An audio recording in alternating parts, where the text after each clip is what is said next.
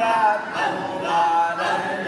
আল্লাহ আল্লাহ আল্লাহ আল্লাহ গুনার বোঝা মাথায় লইয়া গুনার বোঝা মাথায় লইয়া আইলাম তোমার দরবারে